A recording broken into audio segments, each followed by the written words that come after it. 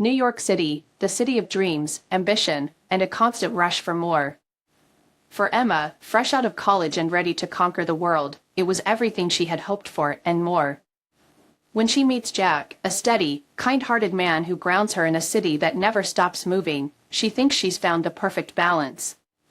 But then, the thrill of something new and forbidden enters her life in the form of Lucas, a colleague who seems to understand her in ways she didn't know she needed. What starts as harmless companionship spirals into a choice that will change her forever. In the end, as life hands her one final twist, Emma is forced to confront the consequences of her actions and rediscover what she truly values. Stay tuned for a story about love, loss, and the journey back to self-forgiveness in the city that never sleeps. I arrived in New York City in early September, just as the weather began to cool. The towering buildings, bustling streets, and brilliant lights made this place feel like a completely different world from the small town where I had grown up. Fresh out of college with a degree in IT, I was excited to start my first job at a prominent tech company headquartered in the heart of Manhattan. Living alone for the first time in my tiny apartment, everything was both exhilarating and unfamiliar. As I looked out over the endless lines of cars and people, I realized I had entered a new chapter, one filled with freedom and challenges. My first day at the company, I tried to stay calm and professional, though a nervous energy buzzed within me as I wondered if I'd do well. The office was on the 26th floor of a skyscraper, offering a panoramic view of the city, a sight I'd never dreamed of experiencing. As I entered the team meeting room, I locked eyes with a man sitting at the end of the table. His name was Jack.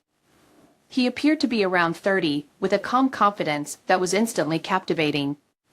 As I took a seat beside him, he turned to me with a friendly smile and struck up a conversation. "You're the new hire, right?"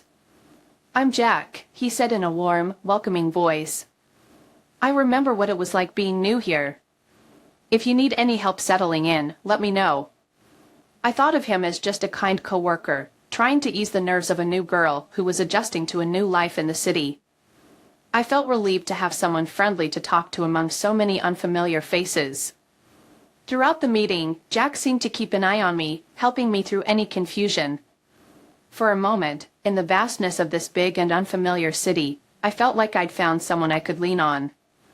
After the meeting, Jack invited me to grab coffee at a small cafe he frequented nearby. The cafe had a cozy atmosphere, with soft yellow lighting and a calming jazz melody. I felt at ease. "So, how are you liking the city so far? Have you gotten used to it?" Jack asked, his eyes curious but kind. "It's still overwhelming," I admitted with a small laugh. "I'm just getting used to commuting. Everything's new, but it's definitely more exciting than my hometown." He chuckled, nodding. "Yeah, I get it. New York is intimidating at first, but you'll come to love it. There's always something new to explore and interesting people to meet." Jack told me about his own early days in the city, filled with the same nerves and excitement I was feeling. He shared how he'd gotten lost on the subway countless times and spent evenings learning the city streets, which made me laugh. His stories were small and honest, yet they revealed a true fondness for this place. Jack had a comforting, open way of talking, and with him, I felt at ease. After a few coffee breaks and conversations, we grew closer. Jack noticed all the little things. One morning when I came in late, exhausted from staying up the night before to finish a project, he surprised me with a hot cup of my favorite coffee. "I thought you might need this," he said with a soft smile. The thoughtfulness, the way he remembered even small preferences, made him stand out in my mind. One night after finishing up a project, we went out with some coworkers to celebrate at a bar near the office. The music was lively, and the atmosphere was filled with laughter, making me feel relaxed and in my element. Jack sat next to me, his gaze warm and attentive as he listened to my stories. When it was time to go, he offered to walk me home. As we made our way through the city streets, New York glowed with lights, creating a setting that was both strange and beautiful. At that moment, he turned to me with a look of hope. "I know this may feel sudden, but would you like to go out this weekend?" "Just the two of us?" Jack asked, his voice filled with sincerity. I smiled and nodded.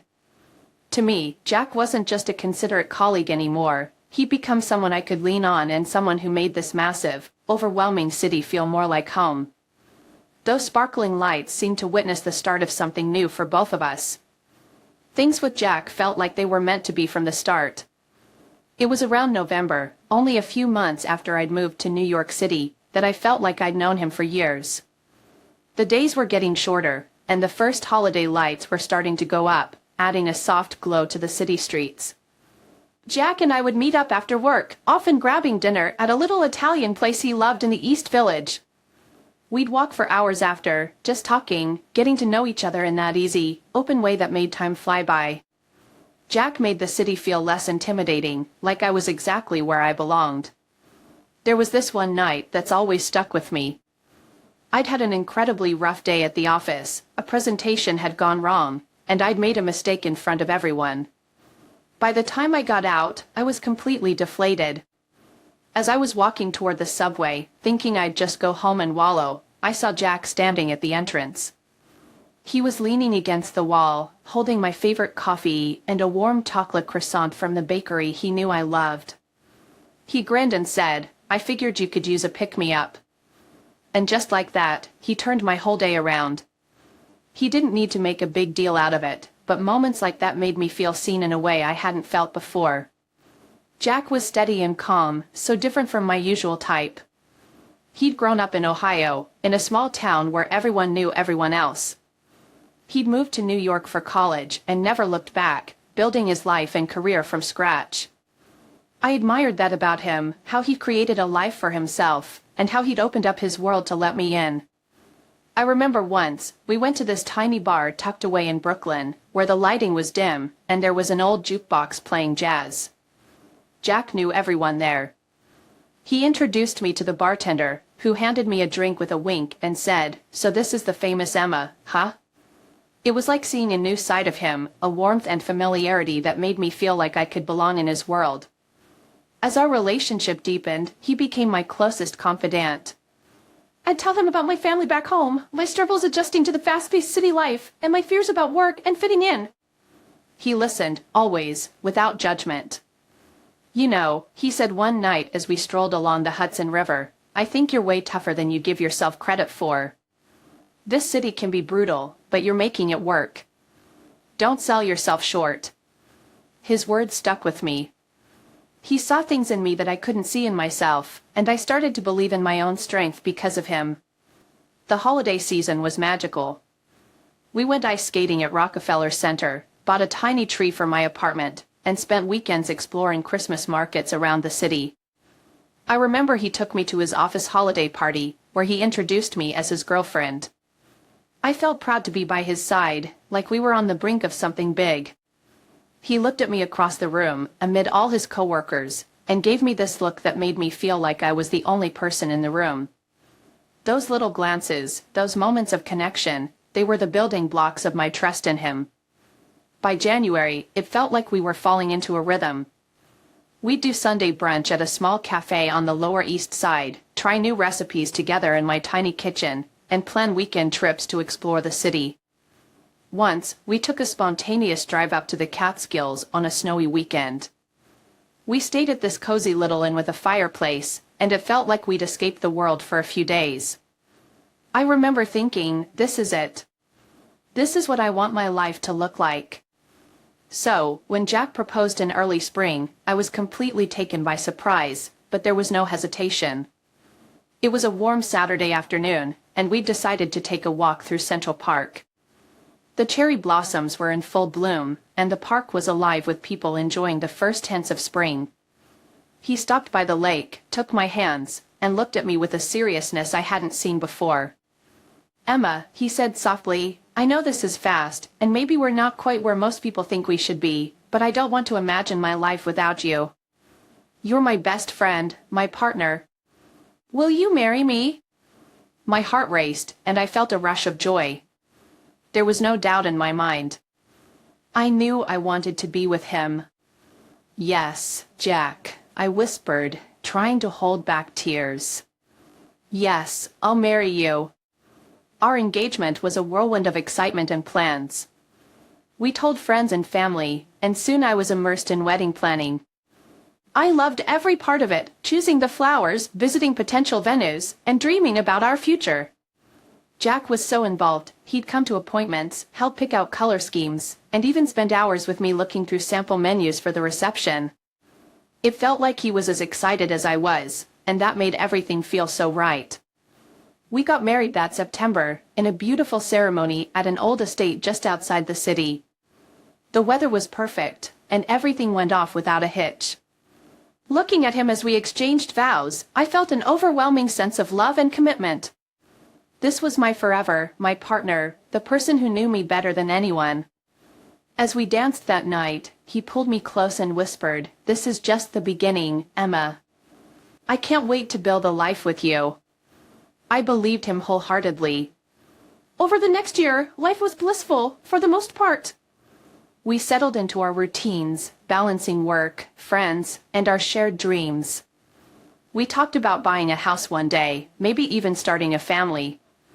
Recently, Jack started opening up a bit about his work struggles, hinting that there was someone in the office he didn't quite get along with. It was a rare admission for him, and I could tell it bothered him more than he wanted to let on. Jack's generally a steady guy, he's not one to get swept up in office drama, and he prides himself on being fair-minded. But from the way he spoke about Lucas, it was clear something was off. Jack shared this over a quiet Saturday morning coffee. He was reading the newspaper at the kitchen counter, and I was making pancakes, enjoying the calm weekend routine. He glanced up at me mid-sentence, with this look that told me he was more affected than he wanted to admit. "It's just Lucas. He's got this way of pushing his ideas forward, disregarding everything else. He thinks because he's younger, he knows better. Sometimes it feels like he's more interested in standing out than working with the team." Jack sighed, setting down his coffee cup. I didn't want to dig too deep into it, so I just nodded and gave a sympathetic smile. I figured it was probably just a clash of personalities. After all, every workplace has its fair share of them. But as the weeks went by, Jack kept mentioning Lucas in passing, never in a positive way, either. It seemed like they were on opposite sides of nearly every discussion, each firmly rooted in their own approach. Jack is all about tried-and-true methods, while Lucas apparently leans into anything new and shiny, always pushing boundaries. Then came a particular story that painted the picture for me.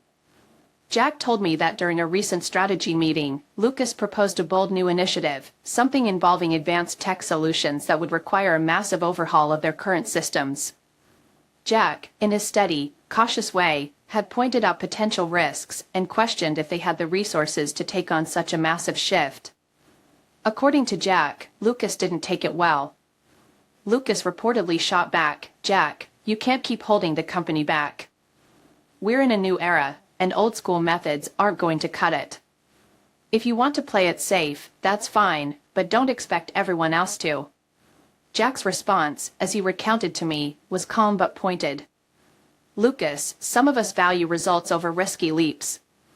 Not every new idea is worth gambling the company's stability on. If you're going to propose something, back it up with solid planning." That meeting seemed to be a turning point. From what Jack shared, it sounded like Lucas took it personally. Since then, the two barely acknowledged each other outside of meetings, and when they did, it was icy. Lucas would make pointed comments in meetings, little jabs about sticking to the safe route, while Jack continued to focus on practical, achievable goals. Neither would back down, and it seemed to create this palpable tension that was wearing Jack down. "It's strange," Jack said one evening, a tinge of frustration in his voice as he set down his briefcase after a long day. "I've dealt with a lot of strong personalities over the years, but this feels different. It's like Lucas is out to prove something, to make me look like I'm holding the team back. Maybe he feels like he needs to stand out?" I offered, trying to make sense of it. "You've been there longer, and you have the trust of the higher-ups. Maybe he's just trying to make his mark." Jack gave a thoughtful nod, but didn't say much more, lost in his own thoughts. Over time, this rivalry started to bleed into our everyday lives.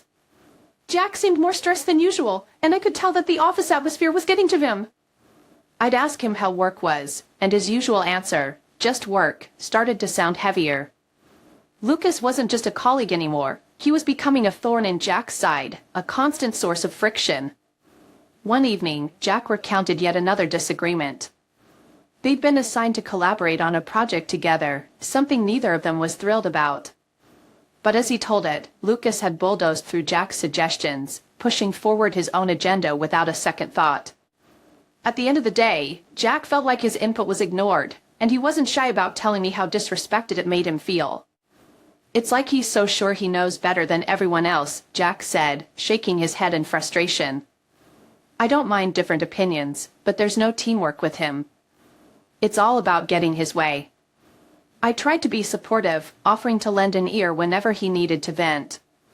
But honestly, it was tough seeing him so affected. Jack had always been so grounded, so steady.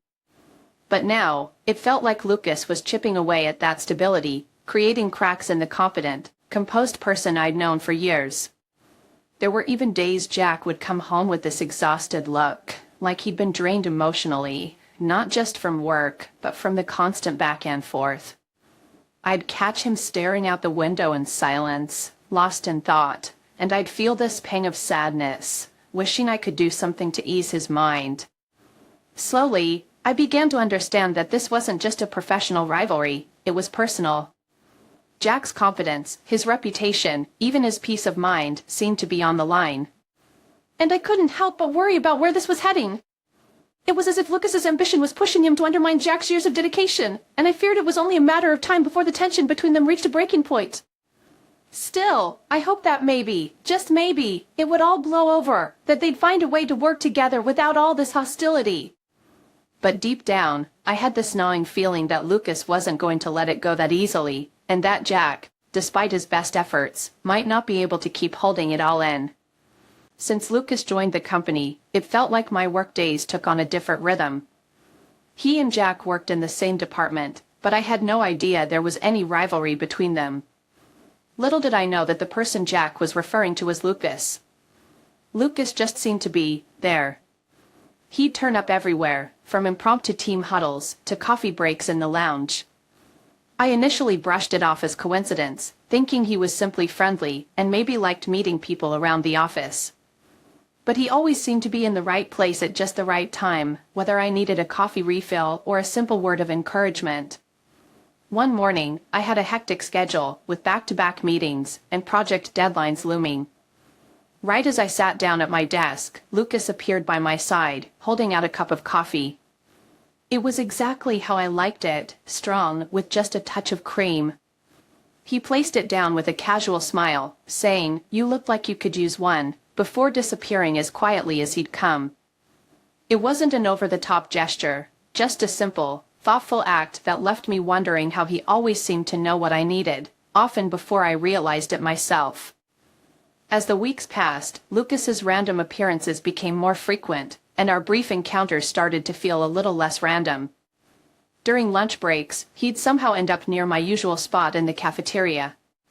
One day, he even brought along a pastry I'd once mentioned in passing as a childhood favorite. He handed it to me with a casual, "Figured you'd like this," and then slipped into a friendly conversation. He never pushed for more or tried to pry, he simply listened. The more time I spent around Lucas, the more natural it became to open up. I'd share snippets of my day or vent about small frustrations, and Lucas would listen, really listen, in a way that made me feel seen and valued. He didn't have to say much, but he had a way of nodding along, his gaze steady and attentive, that made me feel like he genuinely understood. In those moments, I found myself wondering when was the last time I felt so understood by someone. Our casual conversations quickly became a regular part of my day, something I found myself looking forward to. Each time I saw him, it felt as if he brought a bit of calm to my otherwise busy and often stressful day. The connection between us grew, subtle but undeniable. We didn't discuss anything serious, yet there was a warmth and familiarity in his presence that was hard to ignore. One evening, after an exhausting workday, I found him sitting in the break room as I was gathering my things to leave. He held up a takeout bag with a casual, "Hungry?" It was as if he'd sensed I'd barely had time to eat all day. I didn't hesitate, and we ended up sharing dinner at a small corner of the office, laughing over simple stories and sharing glances that lingered a bit longer than they probably should have. Lucas didn't make a move, didn't say anything that crossed any lines, but his presence was steady, comforting, and warm. When he left that evening, I found myself wishing he'd stayed just a little longer. Soon, those after-hours meetings became a little tradition of sorts. We'd stay back late, either working on separate projects or occasionally collaborating on tasks that overlapped. Lucas would bring takeout, or sometimes a dessert he knew I liked, and we'd talk. I don't know exactly when it happened, but there was a shift. The way he looked at me when I spoke, or the quiet moments we shared, all hinted at something more. It wasn't overt, just the faintest flicker of interest hidden beneath the surface. Then, there were the moments when he'd catch my eye from across the hall, just as I looked up. He'd smile, a warm, knowing smile that seemed to suggest he understood things I hadn't even said out loud. It was subtle, almost as if he wanted it to remain an unspoken secret. And yet, I couldn't deny the thrill of it, the excitement of something new, something that was ours alone, if only in the brief glances and quiet exchanges. One particular evening stands out in my mind. I was working on a crucial report, stressing over the final touches, when Lucas appeared out of nowhere, carrying a hot chocolate. He placed it on my desk with a casual, "Thought you could use a little boost." It was a simple gesture, but it meant the world at that moment. He didn't linger. He just squeezed my shoulder gently and returned to his desk, leaving me both grateful and strangely flustered. Over time, Lucas became more than just a coworker or a friend. He was a part of my daily routine, a presence that brought a sense of ease and excitement I hadn't felt in ages. And while neither of us had said anything outright, there was this unspoken understanding, a secret connection we both felt but kept quietly to ourselves. In Lucas, I found an unexpected spark, a feeling I'd forgotten could exist, and it was this growing warmth that filled me with a quiet thrill every time I walked into the office. 1 month later, Jack was buried under work stress. He was leading a major project at his firm, and with the deadline closing in, the pressure on him was intense. Jack, normally the calm and collected one, had started to retreat more and more. He'd spend long hours at the office, and was frequently absent even on weekends. He'd text me short, clipped messages, just letting me know he'd be home late, but there was rarely any warmth or effort to connect. At first, I tried to be understanding. I told myself it was just a rough patch, that once his project wrapped up, he'd be back to his old self. But as the days turned into weeks, I could feel the distance growing between us. Conversations became scarce and shallow, revolving solely around his work, the stress he was under, and the mountain of responsibilities he was carrying. I'd listen, nodding along, but deep down, I started to feel detached. It was like I was slowly sinking into his stress, taking on the weight of it, and it made me feel trapped in a life that was less and less ours. Jack sent messages hinting that he needed me beside him, that he wanted someone to lean on. Yet, every time I read his messages, instead of feeling closer, I felt an odd sort of dread. It seemed like I was no longer his partner, but more of a safety valve for his frustrations and a silent receiver of all his stress. There were no lighthearted moments, no laughter, and no small joys shared between us. The person I used to feel so connected with was slipping into someone I didn't quite recognize. During these times, Lucas's presence became even more noticeable. Where Jack's conversations had become tense and filled with talk of deadlines, Lucas brought a sense of lightness. Meeting him for coffee breaks or catching him after work became the small moments of joy that kept me going through the heavy days.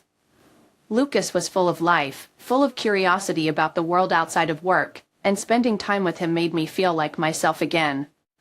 I remember one evening vividly. Jack had texted saying he'd be home after midnight, again. I was feeling drained, uncertain if I even had the energy to wait up for him. Just then, Lucas texted, "Fancy a quick coffee at Blue Moon Cafe?" I hadn't planned on leaving the house, but before I knew it, I found myself at that cozy little coffee shop downtown. We laughed over silly stories, shared our dreams, and he listened with genuine interest. I realized that Lucas offered an escape, a world untouched by deadlines and expectations. Our coffee dates turned into casual dinners, and soon I was looking forward to these moments with Lucas. It felt like an escape, a chance to catch my breath and remember who I was outside of the role of Jack's wife. Lucas brought out a carefree side of me that had been dormant for so long. He listened without burdening me with his own troubles, making me feel valued and appreciated in a way I hadn't felt in years. One Saturday evening, Jack was holed up in his office again, and Lucas texted me a simple message, taking a drive to the coast. "Join me?" I hesitated for a moment, but the thought of a quiet drive by the ocean sounded too tempting. The open road, the waves crashing against the shore, the wind in my hair, it was exactly the freedom I needed. Lucas and I didn't talk much during that drive, we didn't need to. The silence between us was comfortable, healing. Looking out at the vast ocean, I couldn't help but feel a pang of guilt. Jack was probably hunched over his laptop, still grinding away. But standing there with Lucas, I felt alive, refreshed, like I'd reclaimed a part of myself that had been buried under routine and responsibility. It was becoming clearer that my relationship with Jack, once my safe haven, now felt stifling, almost suffocating. Lucas, on the other hand, represented the world beyond, the thrill of the unknown, the joy of spontaneity. I knew I was treading on dangerous ground, but part of me didn't want to stop. Lucas wasn't just a friend anymore, he'd become my escape, my secret source of joy. Every moment I spent with him, I felt a little more alive, a little more like the person I used to be.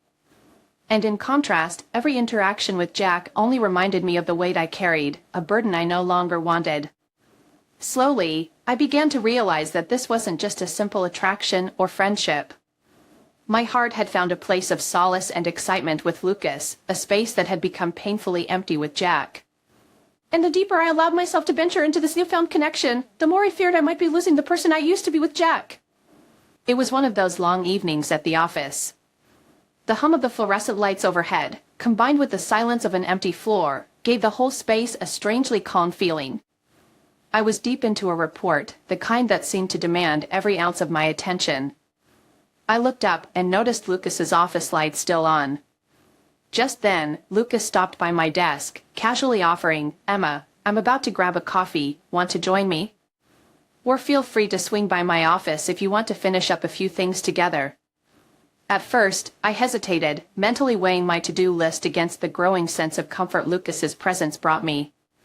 But in that quiet, almost hypnotic moment, I found myself nodding, agreeing to step into his office.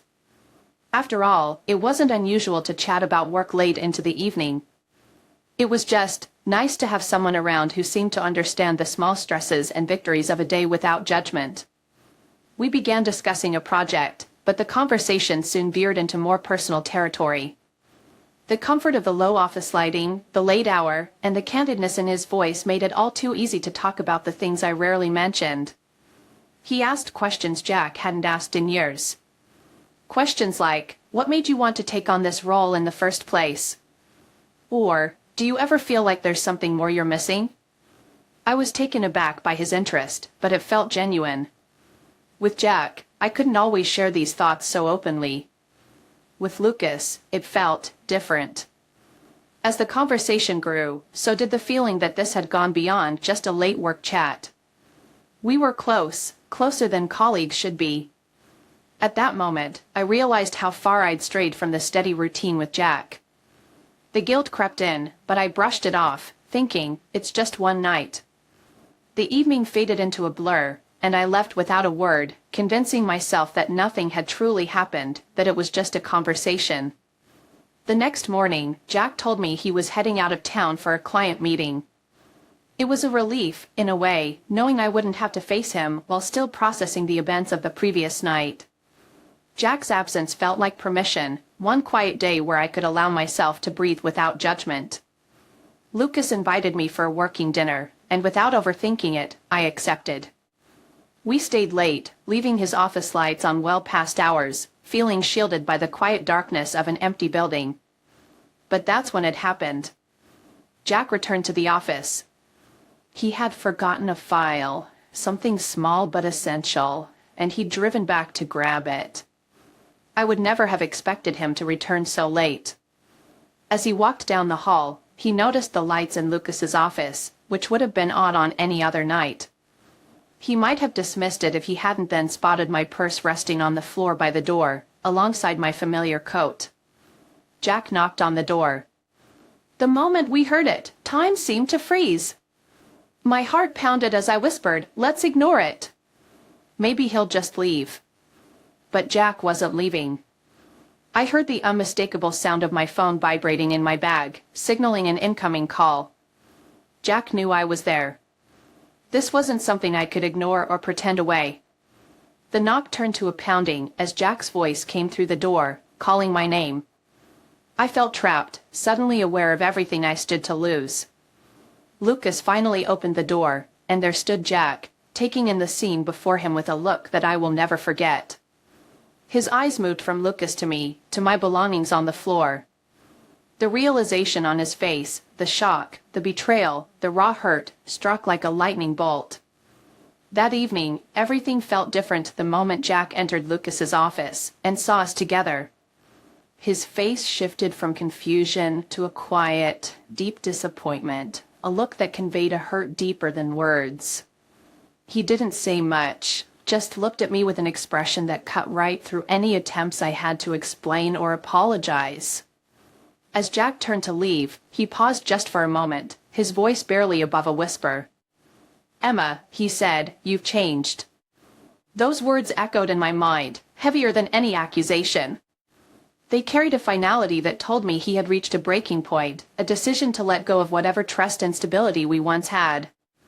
Watching him walk away, the reality of my choices hit me with a wave of regret and helplessness. I knew that Jack might never look back, and, honestly, I felt I had no right to ask him to. I had crossed a line that night, and the weight of that choice settled in with a sense of finality. Standing there, left alone with my own thoughts, I couldn't shake the feeling that I'd lost a part of myself along with him. One evening, Lucas and I were sitting in the living room of my apartment. Lucas and I were sitting in my living room. It was quiet, almost too quiet. Something in the way he looked at me that night felt different, like the charm I'd once admired had been replaced by an unsettling edge. The look in his eyes wasn't warm or familiar, it was cold, calculated, even a bit smug. Lucas finally broke the silence. "I have to admit, Emma," he started, his voice sharper than usual. "I didn't think it'd be this easy." I blinked, not fully understanding where he was going with this. "What do you mean?" I asked, almost laughing it off, hoping he was just being his usual sarcastic self. "But something in my gut told me that wasn't the case." He gave a slight smirk and continued, "You leaving Jack. I didn't think you'd actually go through with it. I thought you were too attached, but now, well, here we are." A chill ran down my spine. His words hung in the air, confusing yet loaded. My heart started to pound as I waited for him to go on, praying he'd say something to clarify, to soften the strange feeling gnawing at me. But his next words hit like a punch to the gut. "Honestly," he said, leaning back with a casual shrug, "this was never about you. This was about him, Jack. You're just collateral." I froze, my mind scrambling to piece together what he was saying. "What are you talking about, Lucas?" My voice barely came out above a whisper, filled with disbelief. "You're telling me this, us, was some sort of game?" Lucas looked at me, his expression completely devoid of warmth. He chuckled softly, more to himself than to me. "I wanted to make him hurt, Emma. That was the point of all this. You were just the perfect way to get to him." My stomach dropped as the weight of his words settled in. Here I was, thinking Lucas and I shared something real, that he understood me in a way no one else had. And yet, to him, I was nothing more than a pawn in some twisted game. The room felt like it was spinning, my thoughts rushing in every direction. "So, you're saying you never actually cared?" I managed to say, my voice breaking. All of this was just to get back at Jack? Lucas didn't even flinch. He shrugged as if it were the most obvious thing in the world. Look, I knew you were unhappy. That made it easy to, let's just say, guide things a certain way. The rest was all you. I felt my throat tighten, anger and regret fighting for dominance. I trusted you, Lucas. I confided in you. And you used that, just to hurt Jack? The smirk on his face faded, replaced with something almost sinister. Well, Emma, don't act so surprised. You made your choices too. He leaned in, lowering his voice. It's not like you didn't know this would all blow up at some point. As I looked into his eyes, the person I thought I knew disappeared, replaced by a stranger, a cold, calculating stranger. It hit me that, in my moment of vulnerability, I'd been drawn into his web, too blinded by my own doubts and frustrations to see his true intentions. It was all too much, the betrayal, the manipulation, the regret. And in that moment, sitting across from Lucas in my own living room, I felt something I hadn't expected. I felt like I'd lost not just Jack, but a piece of myself too. As I sat alone, the reality of everything finally started to hit me. Regret washed over me in waves. I'd been so focused on my own frustrations and searching for something exciting that I'd never actually appreciated the stability and love Jack had always shown me. And now, after all the choices I'd made, I was left wondering how I'd been so blind to what I had. Jack wasn't just a good husband, he was someone who, despite the ups and downs, genuinely cared for me. He'd been my anchor in more ways than I realized. I'd always thought that maybe he was the one holding us back, that his steady, predictable ways somehow stifled me. But looking back, I could see it differently. He was steady because he cared. He was consistent because he wanted us to build something lasting, something real. I was the one who drifted, chasing after something fleeting and shallow. I could hear my own thoughts saying, "How could you not see it, Emma? How did you let things go this far?" For so long, I'd been convincing myself that I needed more, that Jack didn't understand me, that Lucas, somehow, did. I'd convinced myself that I needed excitement and change, but at what cost? Then there were those moments with Jack that began playing back in my mind, the little things I'd overlooked. Like how he always asked about my day, no matter how tired he was, or how he'd remember the smallest details that even I forgot. I realized I'd been taking those moments, and him, for granted. The truth was, Jack loved me, and deep down, I knew that I loved him too. But now? Now it felt too late. I knew reaching out to him wouldn't fix things. The damage I'd done couldn't be undone just because I finally saw things clearly. I couldn't just show up and ask him to forgive me, not after the pain I'd caused him. The betrayal was too raw, too deep. I wasn't sure he'd ever be able to trust me again, and, if I were honest, I wasn't sure I deserved it. I sat there, grappling with the mess I'd created. The thought of facing Jack, of even trying to repair what we once had, seemed impossible. I'd shattered his trust, and with it, I'd shattered any chance at rebuilding the life we'd once shared. How could I even ask him to give me another chance? For the first time in a long time, I found myself not blaming anyone but me. Not Jack, not Lucas, just me. This was my mistake, my failure.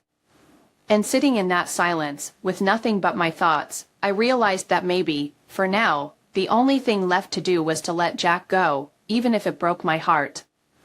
Just a week after ending things with Lucas, I ran into an old friend of Jack's at a coffee shop downtown.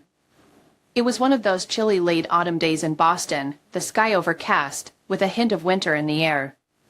The coffee shop was crowded with people seeking warmth, and I was simply trying to take a break, nursing a cup of coffee to clear my mind. Running into someone from Jack's past was the last thing I expected. As soon as he saw me, Jack's friend hesitated, glancing around before making his way over. He looked at me with a kind of concern that made me uncomfortable, and yet I felt drawn to listen. "Emma," he said quietly, pausing for a second as if gathering his thoughts. "I wasn't sure I'd see you here, but, well, I'd been meaning to tell you about Jack. It's not easy to say this, but he's not well." I furrowed my brow, suddenly feeling a deep knot form in my stomach. "What do you mean?" I asked, my voice catching slightly. He looked away, clearly troubled, before taking a deep breath. "Jack's been diagnosed with cancer. They said it's late stage, Emma." He's only got a few months left. Maybe a year if things go well." I felt like the world had stopped. My heartbeat echoed loudly in my ears as his words settled in. Jack, the man I had loved, was battling something so monumental, and I'd been so wrapped up in my own mistakes that I hadn't even known. I sank into my chair, stunned, the coffee cup slipping from my hands. Is he okay?" I finally managed to stammer, my voice barely audible. My mind raced, flashing back to the last time I'd seen Jack, the look of hurt and betrayal in his eyes as he turned and walked away. And now this? Jack's friend hesitated, then shook his head slowly. "No, Emma. He's not okay. He's back at home now, handling what he can and trying to come to terms with everything. But he's alone." I could barely breathe. The enormity of it all hit me in waves.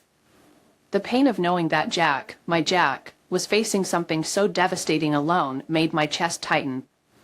Suddenly, every small complaint, every selfish thought, seemed so petty. I hadn't just hurt him emotionally, I'd left him alone in the darkest time of his life. As soon as I left the coffee shop, I stood outside, letting the brisk wind sting my cheeks, my hands shaking as I tried to process everything.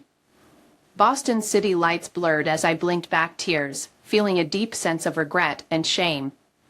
For so long, I'd been consumed by my own dissatisfaction, chasing excitement that had led to my worst decisions. Now, the only person who'd ever truly been there for me was facing something unimaginable, and I'd failed him. Later that night, as I sat in my small apartment, the realization settled in. I needed to see him, to make things right, even if just a little. After learning about Jack's illness, I couldn't stay away, even though every fiber in me screamed that I had no right to be there. Sitting on the familiar couch in my own living room, wrapped in memories of the life Jack and I once shared, I felt the crushing weight of guilt. My mind raced with questions I couldn't answer. Does Jack even want to see me? Will he ever forgive me for what I did? Or am I just someone who's hurt him too deeply? Every thought spun into the next, but one thing was clear, I couldn't let him go through this alone, not when he'd been there for me through so many storms of my own. Despite everything, I still cared for him. I wanted to be there, even if I didn't feel worthy. So, with my heart heavy and unsure, I finally decided to go to Jack's place. I drove through the quiet streets, the bare trees casting shadows across the road, and my hands shook on the steering wheel. I wasn't even sure what I would say, but I hoped he might let me in. I hoped he'd give me the chance, however small, to make amends for the hurt I'd caused. I knew I couldn't undo my mistakes, but maybe, just maybe, there was a way to be there for him now, in the way he'd once been there for me. When I arrived at Jack's house, the familiar landscape felt foreign, weighed down by the knowledge of everything I'd done. I stepped inside, and the quiet felt almost too thick to breathe. I found him lying on the couch, looking frail in a way that sent a jolt of pain through me. The man I once knew, strong, steady, looked so different, so vulnerable. His face was pale, and there was a hardness in his eyes that I hadn't seen before. But I also saw the depth of his hurt, a pain that I knew I'd been responsible for. Swallowing hard, I took a step closer, my voice barely above a whisper. Jack, I heard about your diagnosis. I couldn't just stay away. I want to be here for you, to help however I can. His eyes, usually so warm, were ice cold as he looked at me. Emma, he said, his voice low, each word cutting through the air. You don't need to worry about me. You've made your choice. You've got Lucas, so you can go now. The bitterness in his tone made me flinch, and I felt a deep shame wash over me. I dropped to my knees beside him, my voice breaking. I know, Jack. I know I hurt you more than I can ever say. But I'm here because I care. Please, let me stay and help you, even if it's just for a little while. Let me try to make this right in any way I can." He turned his face away from me, the silence stretching painfully, his jaw tight. "Emma," he said finally, his voice harsh and filled with a sadness that broke my heart, "just go. Don't make this harder than it already is. I don't need you to see me like this." But I stayed kneeling beside him, refusing to leave. "Jack, I know you're angry. And you have every right to be. But I'm not going anywhere." Jack sighed, his resolve wavering just slightly, as though he couldn't keep up the wall he'd built against me. Staying with Jack was never an easy decision, but I knew in my heart that leaving him wasn't an option. Day after day, I did my best to make things easier for him in every small way I could. I prepared simple meals that were easy for him to digest, carefully selecting ingredients that wouldn't overwhelm him. Often, I'd sit by his bed with a gentle hand on his, knowing that, perhaps, silence spoke more than words ever could. Every day, I'd find myself quietly apologizing, hoping he'd feel the sincerity in my voice even if he chose not to respond. "Jack," I'd say, sometimes whispering, "I know I don't deserve your forgiveness, and I know I've caused you more pain than I could ever undo. But please, let me stay by your side. Let me do what little I can to make this easier for you." Despite Jack's occasional coldness, I started to notice small changes. A fleeting glance, the way he didn't immediately pull his hand away when I'd place mine over his, it was subtle, but I could feel that, slowly, we were reconnecting. The wounds of the past were deep, but there was something healing about just being there, a quiet companionship we'd almost forgotten. We'd lost our way once, but in these gentle moments, it felt like we were rediscovering something unspoken, a connection that had never truly disappeared. One evening, the air was still, the room filled only by the soft hum of the clock ticking away in the background. I sat by his side, as always, when Jack reached over, his fingers curling weakly around mine. His gaze met mine, softer than it had been in a long time, a look that carried all the words he didn't have the strength to say. His voice was faint but steady. "Emma," he whispered, "I don't have much time left, but I wanted you to know. I feel your love, here with me, and that's all I need now." In that moment, I felt something break inside me, a release of all the regret, the guilt, and the sorrow. Tears flowed freely as I leaned forward, brushing my cheek against his hand. "I'll always be here with you, Jack," I managed, my voice thick with emotion. "Forever." I stayed with him until the early morning light began to filter in through the curtains. When he finally let go, it was as though he had taken with him all the pain and forgiveness, leaving me with a bittersweet peace. After Jack was gone, the house felt achingly empty. Every corner held a memory of him, of us, and I was left to confront the depth of what I had lost. The last few months with him had been a chance to make amends, but they were never enough to erase the past. The weight of what I'd done and what I'd lost would forever be a part of me. In his passing, Jack left me with the gift of clarity and understanding of what truly mattered. I had let ambition, excitement, and fleeting thrills pull me away from the only person who had ever really seen me. My mistakes couldn't be undone, but the love and forgiveness Jack had shown me at the end, that was something I could carry with me, something to guide me forward. Now, I faced the future with a sense of gratitude mixed with a tinge of regret. I am a different person, shaped by the mistakes and the precious moments I shared with Jack.